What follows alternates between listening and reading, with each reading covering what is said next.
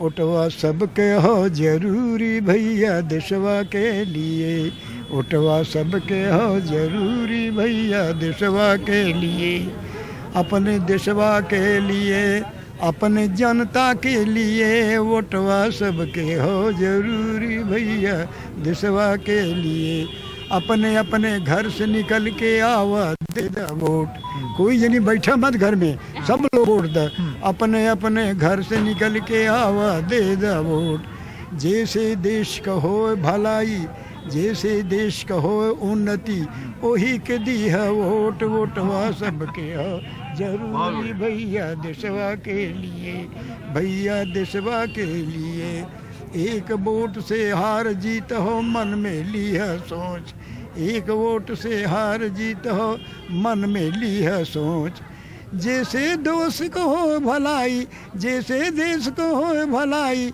वही के दी है वोट, वोटवा सबके हो जरूर भैया देशवा के लिए, भैया देशवा के लिए, भैया देशवा के लिए।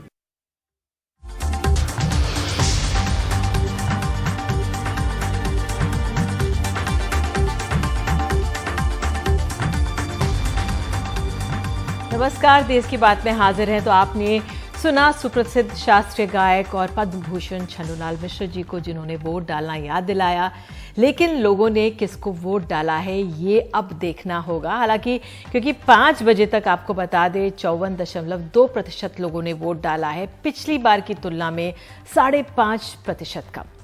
पता तो अब 10 मार्च को चलेगा, लेकिन अटकलों का बाजार गर्म है, पहले से ही गर्म है, लेकिन आज तो कुछ ज्यादा गर्म हो गया है।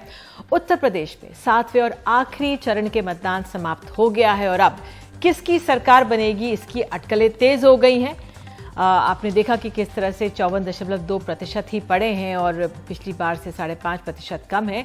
तो आज हम पोल ऑफ पोल्स के तहत समझेंगे कि कौन सी पार्टी इस बार के विधानसभा चुनावों में बाजी मारती दिख रही है। उत्तर प्रदेश, पंजाब, उत्तराखंड, गोवा, मणिपुर सब महत्वपूर्ण है, लेकिन उत्तर प्रदेश की बागडोर को केंद्र की बागडोर से जोड़कर देखा जा रहा है। आज प्रधानमंत्री के लोकसभा क्षेत्र वाराणसी और अखिलेश यादव के लोकसभा क्षेत्र आजमगढ़ में भी वोटिंग हुई। पिछली बार 2017 में इन 54 सीटों में बीजेपी ने 29 और समाजवादी पार्टी ने 11 सीटें जीती थी। इस बार के विधानसभा चुनावों में अखिलेश यादव खुद पहली बार विधानसभा के लिए मैनपुरी के करहल से चुनावी मैदान में हैं और योगी आदित्यनाथ गोरखपुर की सदर से चुनावी मैदान में पहली बार ही विधानसभा में उतरे हैं। ये दोनों अब तक लोकसभा का ही चुनाव लड़ते आए हैं। तो सबसे पहले योगी कैबिनेट को छोड़ने वाले सुहेलदेव समाज पार्टी के अध्यक्ष ओम प्रकाश राजभर जहूराबाद से चुनाव लड़ रहे हैं और इन्होंने पिछली बारी इन सीटों में बहुत अच्छा प्रदर्शन भी किया था। इस बार उन्होंने कहा है कि महंगाई, आवारा पशुओं, बेरोजगारी की वजह से योगी सरकार जा रही है। भाजपा ने दलितों, पिछड़ों के साथ छल किया, जिसका फल उन्हें मिलेगा। तो हमें कहा गया कि राजभर जी हमारे साथ जुड़ने वाले हैं, हम उनका इंतजार करेंगे कि राजभर जी हमारे साथ जुड़े। लेकिन हमारे साथ बहुत खास मेहमान है रामदत्त त्रिपाठी जी, वरिष्ठ पत्रकार हैं उत्तर प्रदेश से। अलका लांबा प्रवक्ता कांग्रेस के हमारे साथ हैं। आलोक वत्स नेता बीजेपी के हमारे साथ जुड़ने जा रहे हैं। अनुपम मिश्रा राष्ट्रीय सचिव आरएलडी हमारे साथ हैं। तो अगर अनुपम मिश्र, मैं सबसे पहले आपसे शुरू करूं, क्योंकि समाजवादी पार्टी ने, मुझे कहा गया कि वो कह रहे हैं कि हम इस बार ये पोल ऑफ पोल्स या एग्जिट पोल में शामिल नहीं हो रहे हैं, तो हमने आपको आमंत्रित किया है। आपसे आपका आंकलन, अब 7वां चरण का मतदान हो गया है, आपके खेमे में आपका ये दल बना है, गठबंधन हुआ है, क्या आंकलन है, कैसा हुआ है चुनाव? मुझे लगता है कि यदि आप पूरे प्रथम फेज से लेकर के 7वें चरण तक के मतदाताओं का रुझान देखें, हालांकि इस समय कुछ भी प्रेडिक्ट करना सही नहीं होगा, लेकिन फिर भी शुरुआत के 3 चरणों में ही सत्तारूढ़ दल को यह एहसास हो गया था कि हवा उनके पक्ष में नहीं है। और यह एहसास उनको चुनाव से पहले भी था, क्योंकि उन्होंने धरातल पर कोई काम नहीं किया है इश्तिहार लगाने के अलावा। उनके पास यदि कोई उपलब्धि थी तो वो ये थी कि इश्तिहार लगाएं और छोटी सी बात को बड़ी बात करके दिखाएं, जिसको जनता जान चुकी है। और वो सोचते रहे इस बात को कि उनके पक्ष में है, लेकिन उनको पश्चिमी उत्तर प्रदेश में आप देखिए, जहां गृह मंत्री, रक्षा मंत्री, प्रधानमंत्री, मुख्यमंत्री सभी लोगों ने लगातार भ्रमण किया और वहां पे भी उन्हें अंदाजा था, और उससे बढ़ अनुपम के जी, वो कह अगर रहे मैं थे। आपसे पूछूं, आपको रोक के पूछूं कि पिछली बार की 1 सीट से क्या इस बार आपको लग रहा है ज्यादा आएंगी? आरएलडी की तो कितनी आ जाएंगी मैं तो अंदाज? आपको उसका उसका अंदाजा नहीं, मैं आपको उसकी स्पष्ट बात बता रहा हूं कि हम लोग सरकार 10 मार्च के बाद बनाने जा रहे हैं। गठबंधन की सरकार बनेगी, राष्ट्रीय लोक दल और समाजवादी पार्टी का अलायंस जो है वो उत्तर प्रदेश में पूरा राजनीतिक समीकरण बदल देगा इस बार। आरएलडी की 1 से कितनी ज्यादा हो जाएंगी? अरे आप देखिए, मैं ये कहना, मुझे लगता है कि आप मुझसे ये ना कहलाएं, लेकिन आरएलडी का सर्वोत्तम प्रदर्शन होगा इस बार। ठीक है, ठीक है। अलका जी, मैं आपके पास आऊंगी। मुझे अलका जी, मैं आपके पास आना चाह रही हूँ, लेकिन ओपी राजभर जी हमारे साथ आ गए हैं और उनके पास भी मैं चाहूंगी। अलका, आपके पास आऊंगी। राजभर जी, बहुत बहुत धन्यवाद जुड़ने के लिए। आज जिस तरह से मतदान हुआ है, ये आपके ही प्रभाव क्षेत्र में हुआ है, आपका क्या आंकलन? आज मतदान बस अभी 6 बजे समाप्त हुआ है जी। देखिए, आज का जो चुनाव है, ये चुनाव में गाजीपुर, मऊ, आजमगढ़, अंबेडकर नगर, इन जिलों में तो भाजपा का खाता नहीं खुलेगा। बनारस की सीट पे हम 8 में 5 जीत रहे हैं, चंदौली में 4 में 3 जीत रहे हैं, भदोही की तीनों सीट जीत रहे हैं। हम आपके मिर्जापुर में और सोनभद्र में, भदोही की तीनों सीट जीत रहे हैं, मिर्जापुर और सोनभद्र में हम 1 सीट लड़ाई में हैं। और ये 54 में आप देखिएगा कि हम लगभग 50 सीट जीत रहे हैं।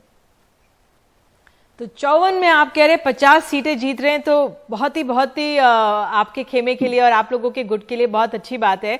लेकिन अगर मैं थोड़ा सा पीछे जाऊं, और जो आप इतने बढ़िया जिस तरह से आपका कहना है 50 सीटें जीत रहे हैं, क्या कारण आप इसके पीछे देख रहे हैं? क्योंकि आप तो अपनी सीट में प्रचार करने के लिए नहीं निकले बाहर। राजभर जी, ये बहुत बड़ा सवाल बन गया, क्यों प्रचार करने के लिए आप बाहर नहीं निकले?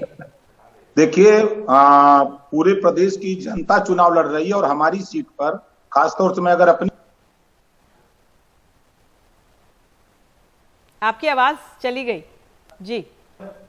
दूसरे, सरकार बनेगी तभी हमको 300 यूनिट बिजली फ्री दोगे, सरकार बनेगी तभी आप हमको जातिवार जनगणना करा सकते हो, सरकार बनेगी तभी गरीबों का इलाज फ्री में कर सकते हो, सरकार बनेगी तभी आप एक समान अनिवार्य फ्री शिक्षा लागू कर सकते हो, सरकार बनाओगे तभी आप हमारे आवारा पशुओं से छुटकारा दिला सकते हो। जहूराबाद से अकेले नहीं आप दिला सकते हो, हम लोग जहूराबाद आपको जिता के भेज देंगे, आप जाओ प्रदेश में सरकार बनाने के लिए मेहनत करो। लेकिन तो मैं राजभर जी, प्रदेश अगर गंभीरता से भी पूछा जाए, सरकार आप बनाएंगे, लेकिन आपको अपने मतदाता तक पहुंचना चाहिए, उसको दिखाना चाहिए, जताना चाहिए कि आप हमारे लिए बहुत अहम हैं।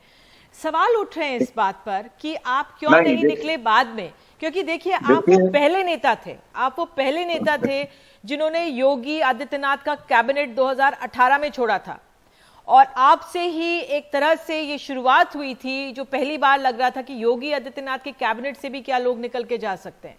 तो आपने एक बहुत चुनौतीपूर्ण कदम लिया था और विपक्ष के हौसले उसी से कुछ बुलंद होने शुरू हुए थे। तो आपका चुनाव प्रचार में नहीं निकलना, आखिरी के कुछ चरणों में, सवाल गंभीर उठ रहे हैं। नहीं, देखिए, हमारे विधानसभा के लोगों ने मुझसे ये कहा कि जाओ सरकार बनाने के लिए, जहूराबाद से सरकार नहीं बनेगी, हम आपको जहूराबाद से जितवा देंगे, आप जाओ प्रदेश में माहौल बनाओ। चूंकि प्रदेश में वंचित, पिछड़ा, दलित, अल्पसंख्यक में और सामान्य वर्ग में भी इस बात की हनक पहुंची कि एक नेता कैबिनेट मंत्री से इस्तीफा दे सकता है जो हमारे लिए, वो जब बात जातिवार जनगणना की नहीं मानी गई, घरेलू बिजली का बिल माफ करने की बात नहीं मानी गई, एक समान अनिवार्य फ्री शिक्षा की बात नहीं मानी गई, सामाजिक न्याय समिति की रिपोर्ट लागू करने की बात नहीं मानी गई, प्रदेश में अमन चैन कायम करने की बात नहीं मानी गई, तो इन सब मुद्दों को लेकर हमारा नेता इस्तीफा दिया है। तो हमारा नेता हमारे लिए लड़ रहा है, तो हम नेता के लिए लड़ेंगे और सरकार बनाने के लिए नेता को फ्री छोड़ दिया। और जहूराबाद की जनता ने मुझे फ्री छोड़ दिया कि जाओ विभिन्न विधानसभाओं में आप काम करो, मेहनत करो और सरकार बनाओ। मैं तब से लगातार हमें उसी क्षेत्र में काम करता रहा, और आप देखिएगा कि जहूराबाद से कम जहूराबाद की जनता हमको 40 से 50 हजार वोट से जितवाएगी। ठीक है, मैं आपसे ये भी पूछना चाह रही हूँ, कई कुछ अब आप जब आपके बेटे अरविंद राजभर अपना नामांकन भरने गए थे, उस समय कुछ आपके साथ जो लोगों का व्यवहार हुआ था उस पर आपने चिंताएं जताई थी कि आपकी जान को भी खतरा है। उस दौरान क्या हुआ, कुछ उसका असर तो नहीं, उस लिहाज से चिंताएं हैं, आप बताइए क्या हुआ था जी। उससे हमारा फायदा हुआ, जो वोटर हमारे साथ नहीं जुटता था, वो योगी महाराज के गुंडों ने जो काम किया, अभी जो शिवपुर में बेटा प्रचार कर रहा था, वहां योगी के गुंडे जो है गुंडे दिखा रहे हैं। हमने उससे कहा कि तुम किसी से रुझना मत, चुनाव तुम जीतोगे, और किसी से रुझना मत। अभी भी योगी के गुंडे गुंडई कर रहे हैं, तमाम तरह की बातें कर रहे हैं। हमारे यहाँ हमारे विधानसभा में योगी के गुंडे लपट करके हराने के लिए अभी वो तय नहीं कर पाए कि हम किसके साथ जाएं कि वो चुनाव हार जाए, और वो हराते हराते खुद हार गए। नहीं, जो ये गुंडई की बात है, ये तो समाजवादी पार्टी पर बीजेपी अक्सर उठाती है। अब एक आखिरी सवाल मैं आपकी सीट पर ही पूछ लेती हूँ, क्योंकि शादाब फातिमा को भी चुनाव पे उतारा गया है, हाँ, कालीचरण राजभर भी चुनाव मैदान में है, तो आपकी सीट पे कहा जा रहा है वो जो उतरे हैं बसपा की तरफ से, क्या आपको लगता है कुछ मुश्किल होगी? जो आपको फायदा, जो आप कह रहे हैं 40-50 हजार वोटों का आपको फायदा होगा, क्या उसको तो नहीं कम करेंगे वो? नहीं, देखिए आपको बता दें, जितना बीजेपी और बसपा मिल के दोनों वोट पाएंगे, उतना वोट से हम जीतेंगे। आप देखिएगा। ठीक है, तो आप ये मानते हैं कि बसपा सपोर्ट कर रही है बीजेपी को? अरे भाई, टिकट आपके आवाज जो है बसपा में मिलता है, और बसपा से राजभर का टिकट काट करके बीजेपी से राजभर को टिकट दिया गया। इस उद्देश्य से दिया गया कि शादाब फातिमा मुसलमानों का वोट पा सकती है, राजभर को मुसलमान बसपा को वोट नहीं देगा। इस नाते चेंज करके बीजेपी के लोगों ने ये चाल चला, लेकिन इनका दाव उल्टा पड़ गया। इनका दाव इतना उल्टा पड़ गया कि आप देख लीजिएगा। अब चूंकि हमारी बात, मैंने 3 साल पहले कहा था कि हम भारतीय जनता पार्टी को सत्ता से बेदखल करूंगा, अब आज वो दिन खत्म हो गया। आज वो हमारी मनोकामना पूरी हो गई। अब देखिएगा 10 तारीख को गिनती होगी, तो गिनती में माननीय अखिलेश यादव जी सीएम बनने के लिए अब उनको तय करना है कि शपथ कब लेना है। ठीक है, ये आपको याद रखेंगे एनडीटीवी के जो दर्शक है, एनडीटीवी इंडिया के दर्शक, कि आपने कहा इस बार के 54 में से 50 सीटें तो आप लोगों को मिल ही रही हैं और आप लोगों की सरकार बनेगी।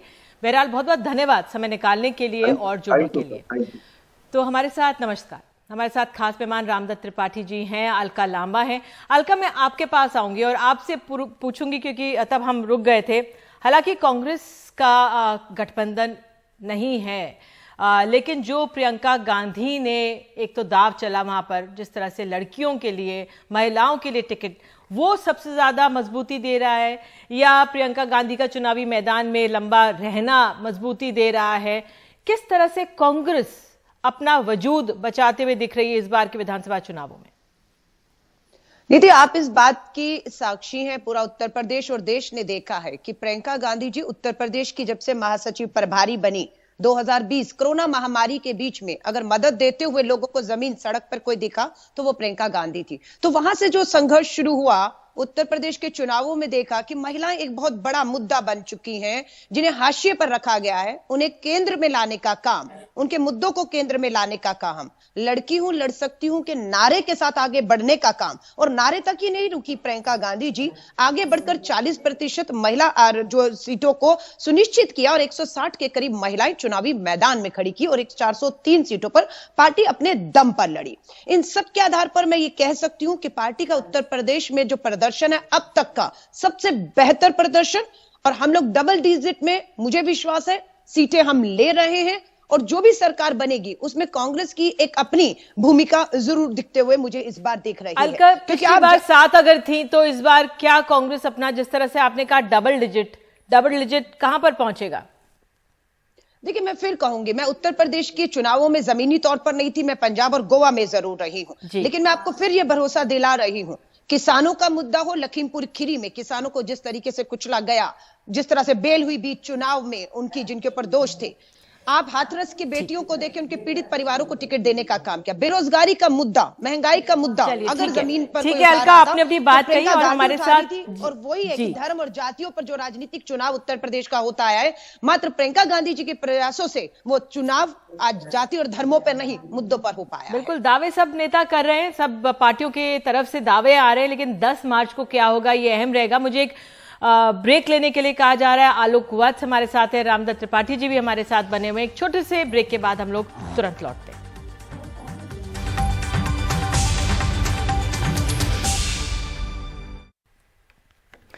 और वाकई में पोल्स ऑफ पोल का इंतजार है, लेकिन वाकई में 7वें चरण का मतदान समाप्त हो गया और उत्तर प्रदेश 5 राज्यों के जो एग्जिट पोल हैं उनका पोल हम बताएंगे। रामदत्त जी, मेरा सवाल आपसे संक्षेप में, क्योंकि आपका क्या आंकलन है आज जिस तरह से 6 बजे मतदान समाप्त हुआ, आप लगातार नजर बनाए हुए हैं, क्या आंकलन आपका, क्या हो सकता है उत्तर प्रदेश में? देखिए, पिछली बार बीजेपी को करीब 25% का जो उछाल मिला था और उससे इतनी सीटें आई थी 300 से पार।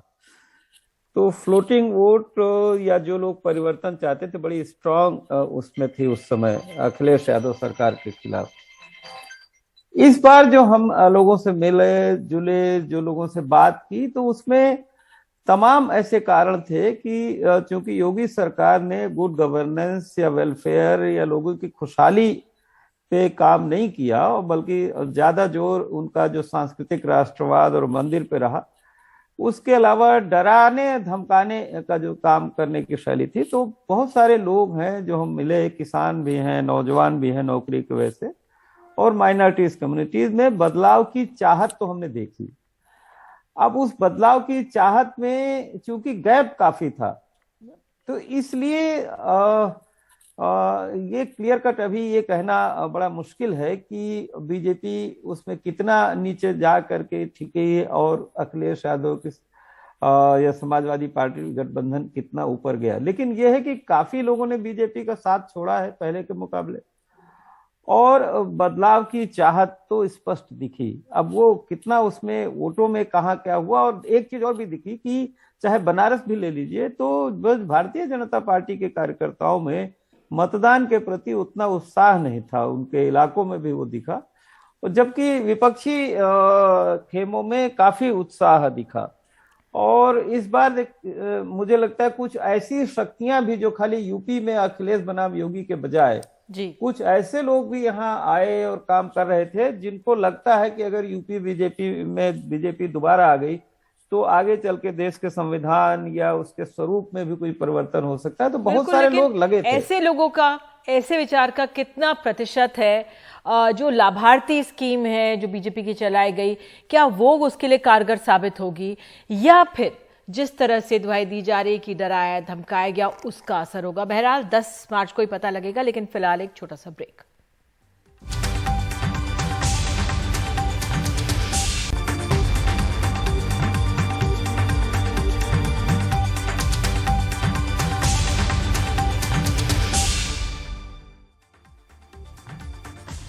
तो शाम के 6 बज चुके हैं। देश की बात में हमारे इंतजार है पोल ऑफ पोल्स का, एग्जिट पोल्स का। हम इंतजार कर रहे हैं कि क्या क्या एजेंसियां आंकड़े देती हैं, क्योंकि अब अटकलों का बाजार गर्म है।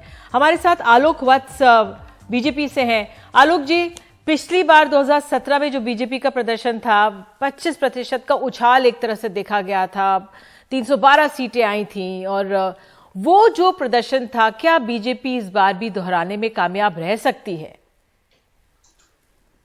देखिए निधि जी,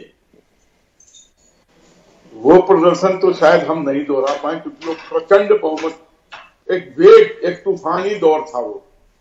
लेकिन अभी बहुत डिविसिव फोर्सेस और बहुत सत्ता के लोलुप लोग इधर उधर दाएं बाएं किए हैं, आयाराम गयाराम वाले बहुत इधर उधर किए हैं।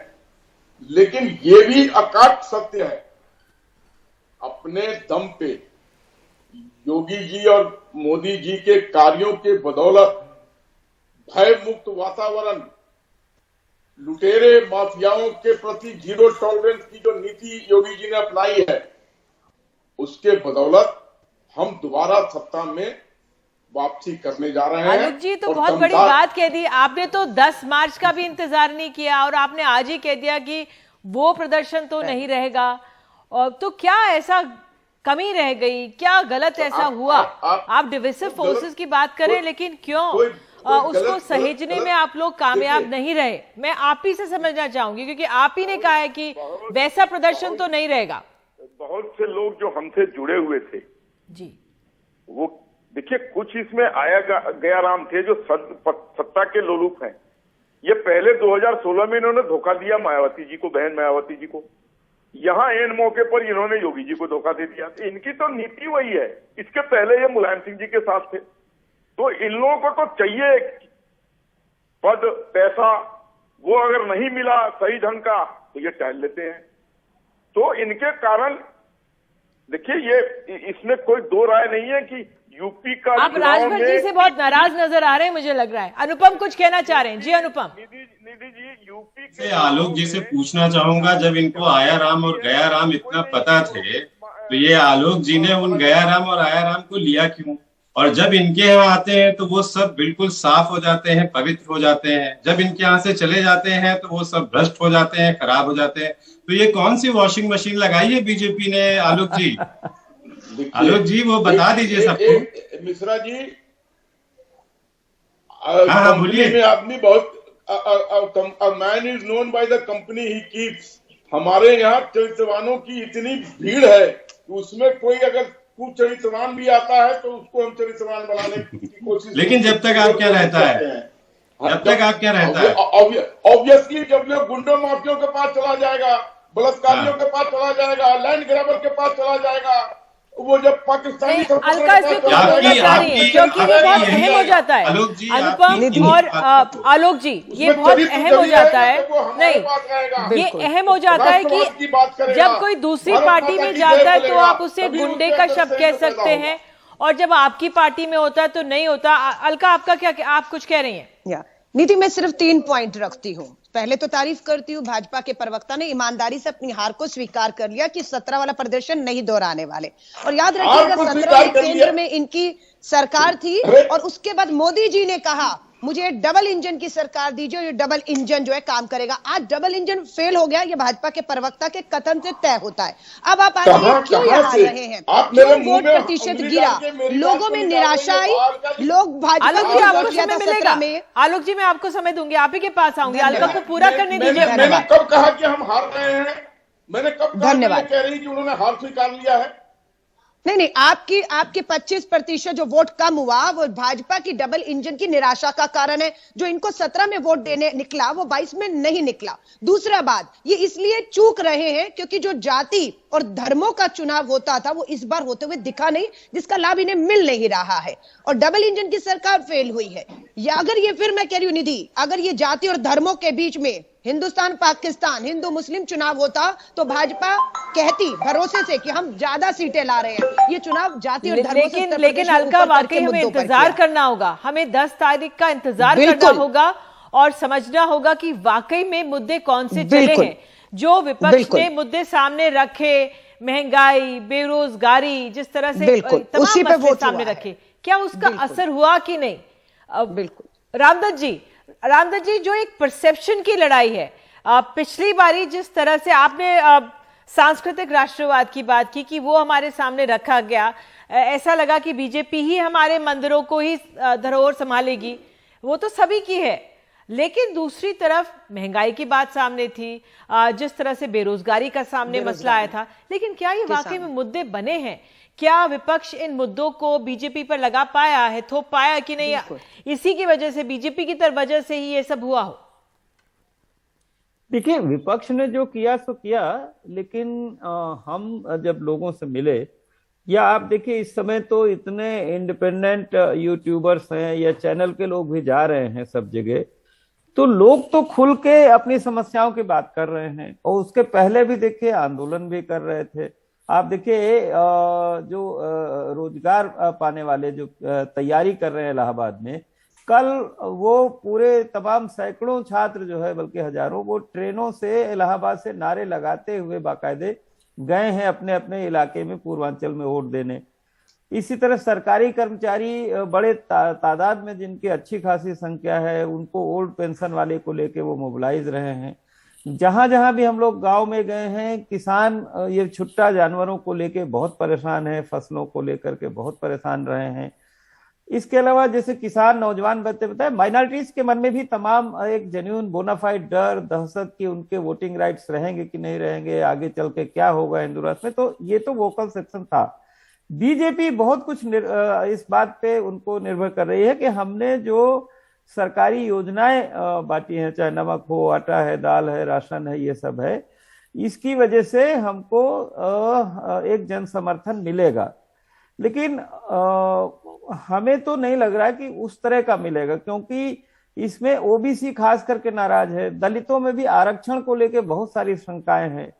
तो जो वोकल सेक्शन है समाज का, वो तो सत्ता परिवर्तन के लिए बदलाव की बात कर रहा था, और बदलाव में इस बार एक खास परिस्थिति ऐसी थी कि अखिलेश यादव के अलावा कोई चेहरा था ही नहीं, मायावती पिक्चर में नहीं थी, कांग्रेस इस स्थिति में नहीं है, तो सीधी लड़ाई हो गई। अब सीधी लड़ाई में अल्टीमेटली ऊपर से तो यही लगता है, जितने पत्रकारों से हमने बात की है हर जिले में यही लगता है कि भाई बीजेपी हर जगह लूज कर रही है, कहीं 2 सीट लूज कर रही है, कहीं 3 सीट लूज कर रही है, कहीं 4 सीट लूज कर रही है। तो अगर ये ट्रेंड है जो लोगों ने बताया है, उसके हिसाब से बीजेपी को कम से कम 150 सीटों का लॉस होना चाहिए, 150 से ज्यादा सीटों का लॉस होना चाहिए। 150 से ज्यादा सीटों का लॉस होना चाहिए। अगर मैं अनुपम आपके पास आऊं, जो किसानों का मुद्दा था 1 साल तक ज्वलंत रहा, लेकिन एक समय लगा कि 3 फेजेस तक ही उसका जो लाभ है आरएलडी एसपी को मिलेगा। आगे क्या जो छोटा जानवर की समस्या थी उसको आप लोग ठीक से, जनता के सामने तो है ही ये मसला, लेकिन क्या वो टिका? क्या आपको लगता है विपक्ष ये मुद्दा छोटा जानवर का बीजेपी पर लगा पाया कि बीजेपी इस क्षेत्र में नाकाम रही? निधि जी, ये तो मुद्दा रहा ही, क्योंकि प्रधानमंत्री जी की यदि आप आखिरी एक स्पीच सुने तो उसमें भी उन्होंने इस बात का जिक्र किया, और जब चुनाव सर पे आ गया और उनको दिखाई देने लगा कि ये विषय इतना आहत करने वाला है कि किसानों की पूरी फसल बर्बाद हो रही है, तो प्रधानमंत्री जी ने भी इसका जिक्र किया। किसानों की समस्याएं मूलभूत पश्चिमी उत्तर प्रदेश को लें या पूर्वी उत्तर प्रदेश को लें एक जैसी है, कमोवेश उनका जीवन पद्धति भी वही है और उनकी निर्भरता भी कृषि पे लगभग एक जैसी है।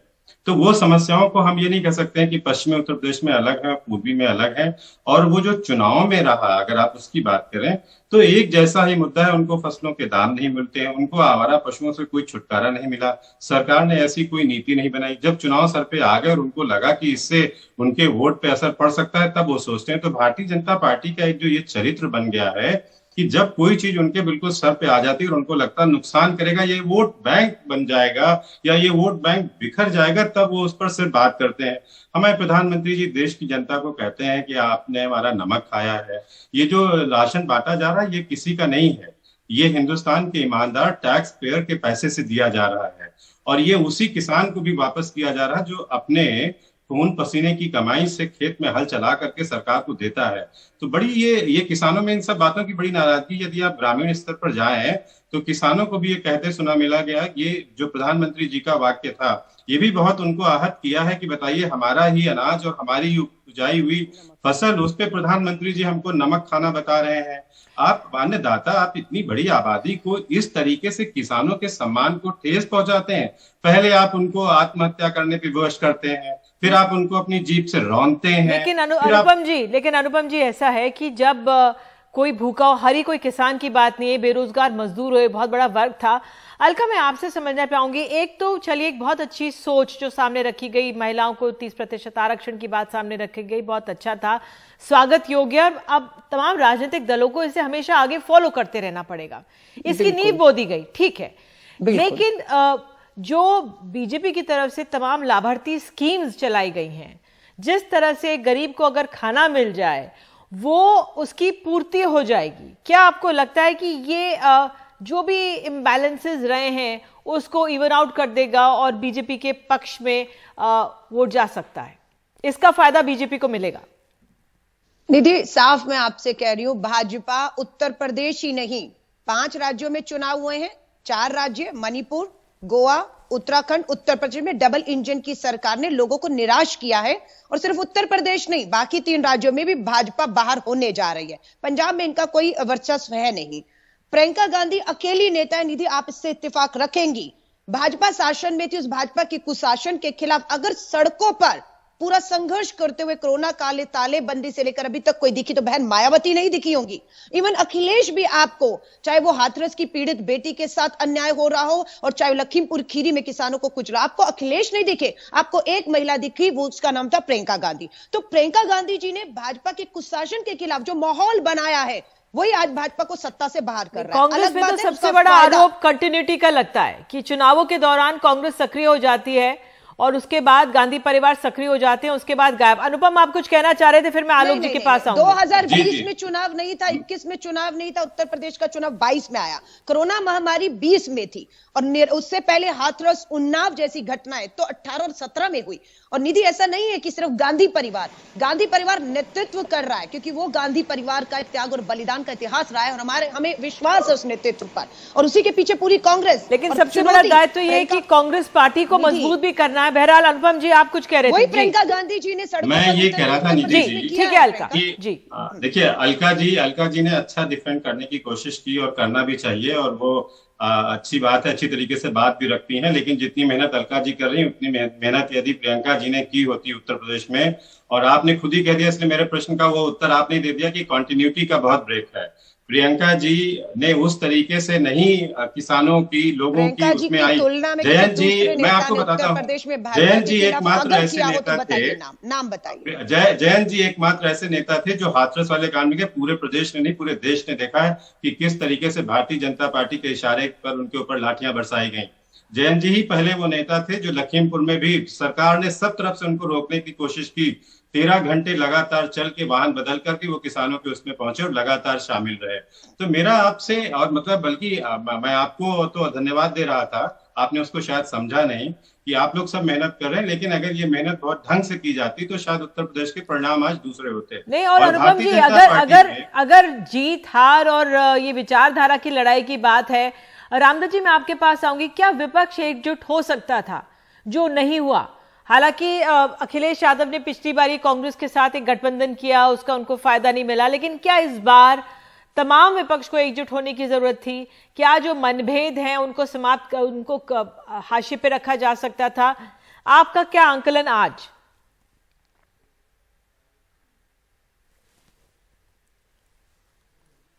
आप म्यूट हो गए सर। हाँ जी।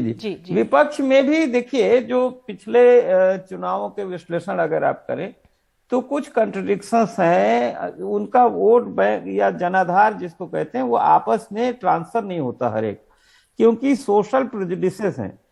जैसे जब बसपा और कांग्रेस का हुआ तो कांग्रेस के तमाम जो वोटर थे वो बसपा में जाने के बजाय 96 में बीजेपी में चले गए थे, और तभी बीजेपी बहुत मजबूत हुई थी। पिछली बार यही हुआ कि जब कांग्रेस के साथ समाजवादी पार्टी का हुआ तो कांग्रेस के कुछ वोटर हैं, देखिए वो एक वर्ग ऐसा है समाज का जो पिछड़े या दलित बिरादरी से मुख्यमंत्री नहीं पसंद करता है। तो वो जो समझौता हुआ तो उसमें भी कांग्रेस के कुछ वोटर जो है, जो जिन सीटों पे कांग्रेस नहीं लड़ी, 311 सीटों पे, वो उसका लाभ नहीं मिला। बहरहाल वो बीजेपी की तरफ चले गए, वो दिखाई पड़ा। अब जहां तक तालमेल की बात है कि देखिए, जो समान जिनका हो सकता था, मुझे लगता है कि अखिलेश यादव ने इसीलिए छोटे छोटे उनसे किया, कि जैसे ओम प्रकाश राजभर से किया, महान दल वालों से किया, या जयंत चौधरी से किया, एक तरह से जो पुराना लोग। तो मैं आपको रामदास जी रोकूंगी, एक पोल्स ऑफ पोल आ गया, फुल स्क्रीन वो दिखाते हैं स्क्रीन, जिस तरह से पोल ऑफ पोल्स का ये आया है सामने। उत्तर प्रदेश में क्या आंकलन है, पंजाब, उत्तराखंड, गोवा और मणिपुर में जिस तरह से हमारे सामने ये पूरी एक नंबर्स आ गए हैं, काफी अपने आप में रोचक और दिलचस्प नजर आ रहा है। आम आदमी पार्टी, अलका, क्योंकि आप पंजाब की बात कर रही थी, देखिए पंजाब में तो आम आदमी पार्टी आगे बढ़ गई है, बहुमत नहीं मिल रहा है। आम आदमी पार्टी कांग्रेस को रोकने में जो भाजपा की बी टीम के तौर पर करती आई है, चाहे चंडीगढ़ हो चाहे दूसरे राज्य, वही काम करते हुए दिख रही है, कोई सरकार बनाते हुए नहीं दिख रही। और मैं आपको फिर कह रही हूं, आपके एग्जिट पोल, क्योंकि पंजाब की धरती पर 1 महीना निरंतर रहकर काम किया है, मैं आपको आज भी कह रही हूं, पंजाब में कांग्रेस की सरकार बनने जा रही है, ये लिख लीजिएगा आप, क्योंकि ये पोल 2017 में आम आदमी पार्टी की विधायक रही। उत्तराखंड देखिए अलका जी, उत्तराखंड देखिए। हाँ, उत्तराखंड का क्या है? मैं आपके उत्तराखंड में भी कांटे की टक्कर है और आगे ही है बीजेपी। नहीं, बीजेपी को बहुमत सिर्फ आप उत्तर प्रदेश में मिलते हुए दिखा रही है, बाकी उनके अन्य राज्यों में आप उन्हें भी बहुमत मिलते हुए नहीं दिखा रही है। यानी कि ये लग रहा है ओवरऑल हंग असेंबलीज की तरफ जो है अधिक तक बढ़ते हुए दिख रहे हैं। पर पंजाब में हमारी सरकार रही, मैं आपको फिर कह रही हूं, वह भाजपा अकाली नहीं था, विपक्ष के तौर पर करोड़ों के विज्ञापनों पर अरविंद केजरीवाल जी ने फूके हैं, उसके आधार पर थोड़ा सा वहां पर उनका हवा जरूर थी, लेकिन वो हवा वोट में तब्दील नहीं हो रही, ये मेरा भरोसा है। और पंजाब में कांग्रेस की सरकार बनेगी, मुझे भरोसा है। चलिए, आपको भरोसा है। अब यूपी में भी तो आप देख लीजिए, अगर रामदत्त जी, अगर आप उत्तर प्रदेश में देखें तो यहाँ पे तो फिर भी बीजेपी आती हुई दिख रही है। बहरहाल ये तमाम एजेंसी, तमाम जो एग्जिट पोल्स हुए हैं, उसका एक सार है सामने। बिल्कुल जी देखिए, ये तो एक एवरेज निकाला होगा आपके जो एडिटोरियल डेस्क है उन लोगों ने, बाकी सबका मिला के। जी चुनाव वैसे होता नहीं, परिणाम ऐसे नहीं आते, एवरेज काट के नहीं निकलते हैं। खैर, लेकिन अगर इसको मान भी लिया जाए कि सही है, तो आप ये भी देखिए ना कि 326 से तो 60 और 26 करीब 80-85 सीटों का नुकसान हो रहा है बीजेपी को। तो इसका मतलब तो ये है कि भाई जो एक ट्रेंड था कि बीजेपी से लोग नाराज हैं या छोड़ के जा रहे हैं, वो तो मतलब साफ दिख रहा है। हालांकि और इसका एक मतलब फिर ये भी निकाला जाएगा कि जो तमाम जो लाभार्थी वाली बात है, उसने रोका है बीजेपी को यहाँ तक, नहीं तो और भी नीचे गिरता। बिल्कुल, 5 में से 4 राज्य बीजेपी को जा रहे हैं, और पंजाब जो है वो अगर आम आदमी पार्टी को जाता है तो ये भी एक बीजेपी के लिए, अगर मैं आपके पास आऊं आलोक वत्स, अब बहुत बड़ी चुनौती है। अब दिल्ली के बाद आम आदमी पार्टी पंजाब में सत्ता बनाती हुई, हासिल करती हुई दिख रही है। देखिए निधि जी, पोल ऑफ पोल्स ने ही बता दिया कि 5 में 4 राज्यों में हम वापसी कर रहे हैं। ये मैं पहले से कह रहा था कि हमारा योगी जी और मोदी जी के नेतृत्व में जिस तरीके का लोगों को रिलीफ, डायरेक्ट रिलीफ देने का हमने गरीबों का काम किया है, वो कहीं ना कहीं अपना गुल जरूर खिलाएगा। और आज इन तमाम चीजों को झुठलाते हुए सारे ओपिनियन पोल्स हमें 4 जगह सरकार बनाने के लिए दिखा रहे हैं। और आप शायद पंजाब में भी कुछ उथल पुथल हो जाए लास्ट मिनट में, वैसे वहां आम आदमी पार्टी की शुरू से एक हवा बनी थी, लेकिन मैं आपको बता देता हूं ग्राउंड रियलिटी वहां कुछ और है। वहां पर लास्ट मिनट में जो कॉन्फ़िगरेशंस हुए हैं, उसमें आपको आश्चर्य होगा अगर हम वहां सरकार बनाने की स्थिति में वहां भी आ जाए तो। लेकिन हमारी 44 प्रधानमंत्री योजनाएं जो गरीबों के लिए थी, और 17 योगी जी की जो योजनाएं थी जिसको हमने धरातल पर उतार के कार्यान्वित किया है, उससे हमें पूर्ण विश्वास है कि हम सभी जगह पूर्ण बहुमत से सरकार बनाकर वापसी करेंगे और देश को और राज्यों को और आगे बढ़ाने का काम करेंगे, जो हम निरंतर करते आ रहे हैं। अलका, पंजाबी की बात हो रही है। कांग्रेस ने अगर इन पोल्स ऑफ पोल को हम यकीन करें, जीता जिताया जो राज्य है, क्यों उसके हाथ से निकलता हुआ दिख रहा है इधर? मैं क्या कह रही हूं, गलत बिल्कुल जी नहीं निधि, हम लोग बिल्कुल सरकार में थे। लोगों की जो भी शिकायतें रही होंगी वो हमसे ही रही होंगी, और अंत में हम लोगों ने पूरा चन्नी जी के 111 दिन में उसको कवर अप करने की बहुत कोशिश की। और चन्नी जी का चेहरा, एक मुख्यमंत्री का चेहरा, हमने उस एक राज्य में आगे प्रमोट करके दिया भी है। मैं आपसे फिर कह रही हूं, कोई दो राय नहीं आज स्वीकार करने में कि आम आदमी पार्टी ने अपनी सत्ता और पैसे के दम पर वहां पर एक हवा बहुत पहले से बनानी शुरू कर दी थी। हमारे फैसले थोड़ा से उनके मुकाबले लेट हुए, लेकिन उसके बाद हमने मोमेंटम बनाया और मुद्दे मैं कहूंगी लास्ट के 3 दिन में बिल्कुल पलट गया। खालिस्तान का मुद्दा, जिसमें अरविंद केजरीवाल जी डॉक्टर कुमार विश्वास द्वारा उठाए गए सवाल पे हाँ या ना भी नहीं कह पाए।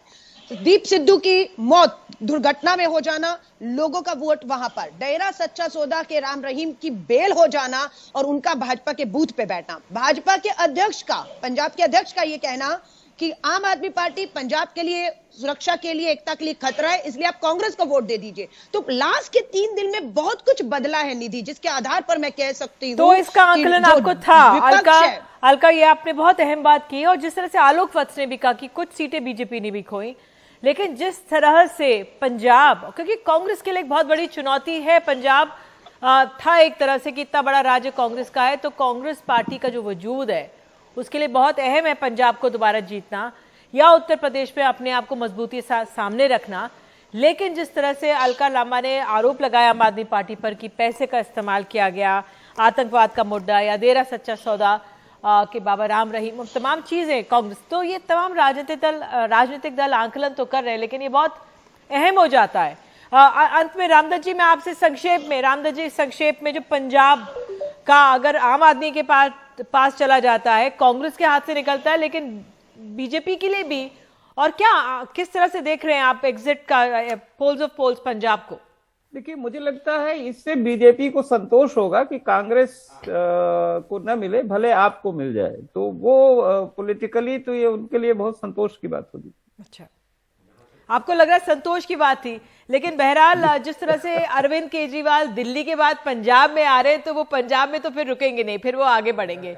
बहरहाल उत्तराखंड जो बिल्कुल कांटे की टक्कर बना हुआ है, मुझे ब्रेक लेने के लिए कहा जा रहा है, लेकिन अपने आप में इसको आप किस तरह से देख रहे हो? उत्तराखंड में आपको लग रहा है जिस तरह से इसमें बीजेपी तो बना दी गई है, लेकिन उत्तराखंड के लोग जो तमाम हमें फोन कर करके बताते हैं कि यहाँ पे तो कांग्रेस आ रही है इस बार, तो जो कांटे की टक्कर वाली बात है वो साफ दिख रही है पोल्स ऑफ पोल्स में। देखिए, कांटे की टक्कर की भी बात मिल रही है, और देखिए ये हम लोग कल ही बात कर रहे थे, 3-4 पत्रकार थे कि भाई ये एग्जिट पोल वाले किसी को कहीं मिलते हैं, तो हमें तो मिलते नहीं। अब इनका कितना बड़ा सैंपल बेस होता है पता नहीं, तो इसलिए मुझे नहीं लगता कि इस पे निर्भर करके हमें बहुत ज्यादा उस पे करना चाहिए, और जब तक फाइनल काउंटिंग नहीं होती, हमें कांटे की टक्कर वाले पे ही चलते रहना चाहिए। बिल्कुल सही बात है, और हमें तो 10 मार्च तक का इंतजार रहेगा। बहरहाल जो भी नतीजे है, तो पोल्स ऑफ पोल्स में यह है कि 5 में से 4 राज्य बीजेपी को जा रहे हैं और 1 राज्य पंजाब जो है वो आम आदमी पार्टी को जा रहा है। बहरहाल चर्चा लगातार जारी रहेगी, और कुछ ही देर में मेरे सहयोगी अखिलेश शर्मा आने वाले हैं, और लगातार ये चर्चा देखिए बहुत दिलचस्प है। 10 मार्च तक राजनीति दिलचस्प रहने वाली है। नमस्कार।